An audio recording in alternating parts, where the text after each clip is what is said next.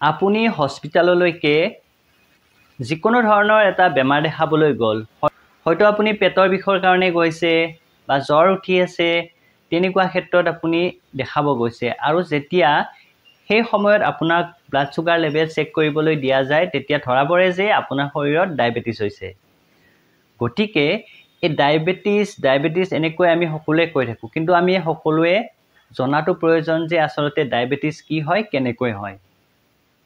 আমি ডায়েবেটিছ বুলি কোৱাৰ লগে লগে সাধাৰণতে কি বুজি পাওঁ? যদি আমি সহজ ভাষাত ক'বলৈ যাওঁ তেতিয়াহ'লে যদি আমাৰ শৰীৰৰ তেজত প্ৰয়োজনতকৈ বেছি পৰিমাণে চুগাৰ জমা হয় তেতিয়া আমি তাক ডায়েবেটিছ হোৱা বুলি কওঁ।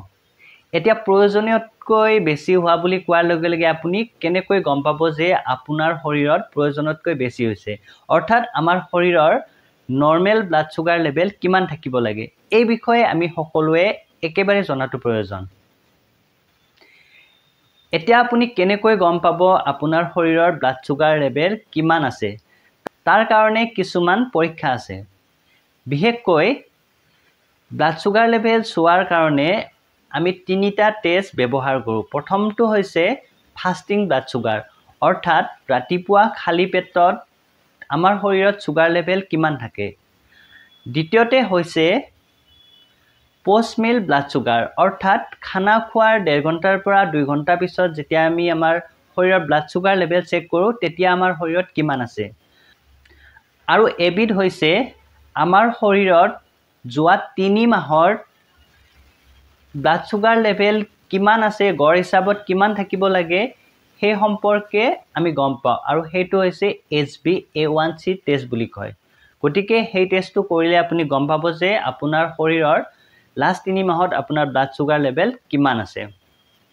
গতিকে এই তিনিটা টেষ্টৰ জৰিয়তে আমি আমাৰ শৰীৰৰ ব্লাড চুগাৰ সম্পৰ্কে গম পাব পাৰোঁ। নৰ্মেলি যেতিয়া আপুনি খালী পেটত ব্লাড চুগাৰ টেষ্ট কৰিব, ফাষ্টিং ব্লাড চুগাৰ 100ৰ তলত থাকিব লাগে।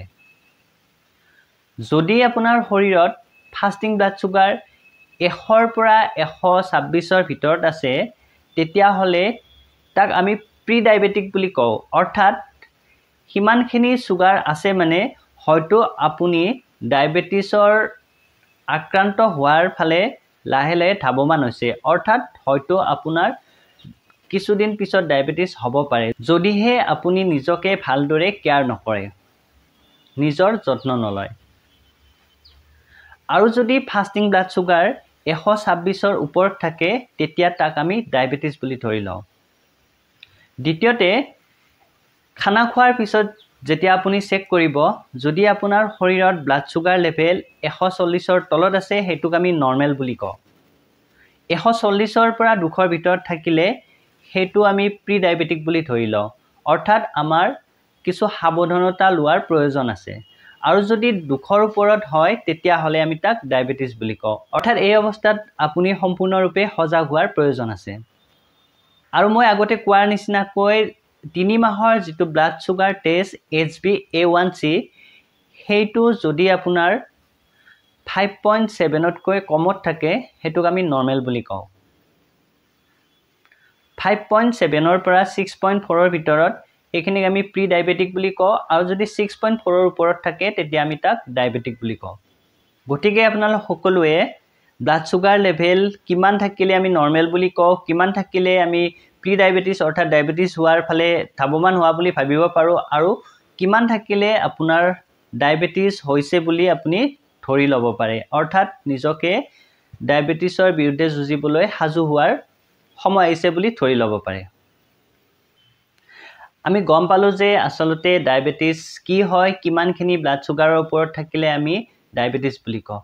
কিন্তু আমি এতিয়া জানিব লাগিব যে এই ডায়েবেটিছ অৰ্থাৎ আমাৰ ব্লাড চুগাৰ লেভেল কিয় ইমান বাঢ়ি যায়, কেনেকৈ বাঢ়ি যায়।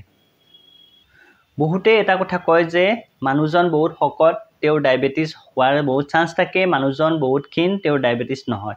কিন্তু তেনেকুৱা আচলতে কথা নাই। বহুত শকত মানুহৰো ডায়েবেটিছ নহ'ব পাৰে আৰু ক্ষীণ মানুহৰো ডায়েবেটিছ হ'ব পাৰে।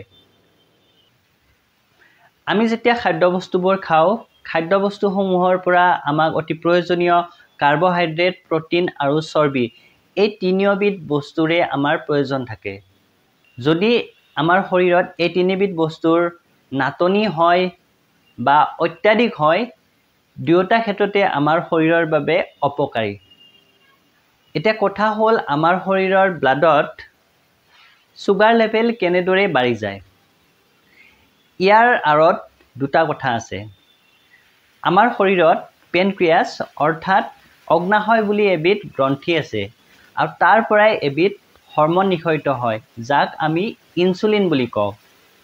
আৰু সেই হৰমনবিধৰ লগতে গোটেই জড়িত হৈ আছে আমাৰ ডায়েবেটিছৰ কথাটো। নৰ্মেলি কি হয়, আমাৰ শৰীৰৰ পেনক্ৰিয়াছৰ পৰা এই ইনচুলিন নামৰ হৰমনবিধ নিঃসৰিত হয় আৰু সেই হৰমনবিধে আমাৰ শৰীৰৰ তেজৰ পৰাই ছুগাৰ গ্ৰহণ কৰি আমাৰ শৰীৰৰ কোষবিলাকক যোগান ধৰে আৰু তাৰ পৰাই আমাৰ শৰীৰত কোষবিলাকে শক্তি লাভ কৰে। কিন্তু কি হয়, কেতিয়াবা কিছুমান কাৰণত আমাৰ শৰীৰৰ পেনক্ৰিয়াছৰ পৰাই ইনচুলিন নিঃসৰণৰ পৰিমাণ কমি যায় বা কেতিয়াবা ইনচুলিন নিঃসৰিত কৰিব নোৱাৰে। আৰু তাৰ ফলত কি হয়, তেজত থকা ছুগাৰসমূহ কোষসমূহে গ্ৰহণ কৰিব নোৱাৰে আৰু তাৰ ফলত আমাৰ শৰীৰৰ তেজত সেই অতিৰিক্ত ছুগাৰসমূহ জমা হ'বলৈ ধৰে আৰু তেনেকৈ ছুগাৰ লেভেল আমাৰ শৰীৰত বৃদ্ধি পায়।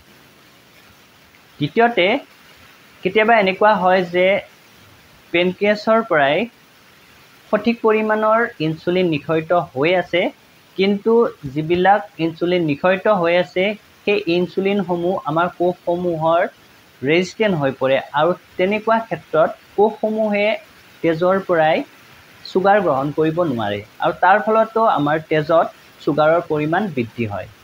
এই ইনচুলিন নিঃসৰিত কৰিব নোৱাৰা বা ইনচুলিন ৰেজিষ্টেণ্ট হোৱাৰ আঁৰত কিছুমান কাৰণ থাকে। হয়তো কেতিয়াবা জেনেটিক কাৰণ হ'ব পাৰে আৰু হয়তো আন কিছুমান কাৰণ আমাৰ খাদ্যাভ্যাসৰ খেলিমেলি, আমাৰ বৰ্তমান সময়ৰ অত্যাধুনিক জীৱনশৈলী, এনেধৰণৰ কিছুমান কাৰণত হয়তো তেনেকুৱা হ'ব পাৰে। আগতে এনেকুৱা হৈছিলে যে বেছিভাগ ক্ষেত্ৰত অকণমান বয়সীয়াল ব্যক্তিসকলৰ ক্ষেত্ৰতহে ডায়েবেটিছ হোৱা দেখা গৈছিলে, কিন্তু আজিকালি এনেকুৱা হৈছে যে অতি কম বয়সীয়া মানুহৰ ক্ষেত্ৰতো ডায়েবেটিছ হোৱা দেখা যায় আৰু দেখা গৈছে যে আজিকালি সৰু ল'ৰা ছোৱালীৰ ক্ষেত্ৰতো ডায়েবেটিছ ৰোগৰ সংখ্যা বাঢ়ি গৈছে।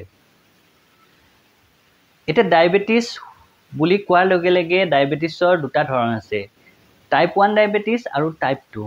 সচৰাচৰ যিবিলাক সৰু ল'ৰা ছোৱালীৰ গাত হয় সেইটো হৈছে টাইপ 1 ডায়েবেটিছ আৰু অকণমান বয়সত হোৱা ডায়েবেটিছটো হৈছে টাইপ 2 ডায়েবেটিছ। টাইপ 1 ডায়েবেটিছ বিশেষকৈ জেনেটিক কাৰণে হয়। জেনেটিকেলি যেতিয়া কিবা অসুবিধাৰ কাৰণে বা জেনেটিক খেলিমেলিৰ কাৰণে আমাৰ শৰীৰত পেনক্ৰিয়াছে ইনচুলিন ছিক্ৰেট কৰিব নোৱাৰে আৰু তেতিয়াই টাইপ 1 ডায়েবেটিছ হয় আৰু তেনেকুৱা ব্যক্তিসকলৰ ক্ষেত্ৰত একমাত্ৰ ট্ৰিটমেণ্ট হৈছে ইনচুলিন। গতিকে তেনেকুৱা শিশুসকলক ইনচুলিন দিয়াটো বাধ্যতামূলক, কাৰণ যিহেতু আমাৰ শৰীৰত ইনচুলিন নিজাববীয়াকৈ নিঃসৰিত কৰিব নোৱাৰে, গতিকে তেনেকুৱা শিশুসকলক ইনচুলিন বাহিৰৰ পৰা দিবলগীয়া হয়। আৰু টাইপ 2 ডায়েবেটিছ মেলাইটাছৰ ক্ষেত্ৰত ইনচুলিন আমাৰ শৰীৰত ছিক্ৰেট হৈ থাকে, কিন্তু ইনচুলিনসমূহ এই কোষসমূহত ৰেজিষ্টেণ্ট হৈ পৰে। গতিকে সচৰাচৰ দেখা যায় যে টাইপ 2 ডায়েবেটিক মেলাইটাছ আমাৰ অকণমান বয়সত হয়।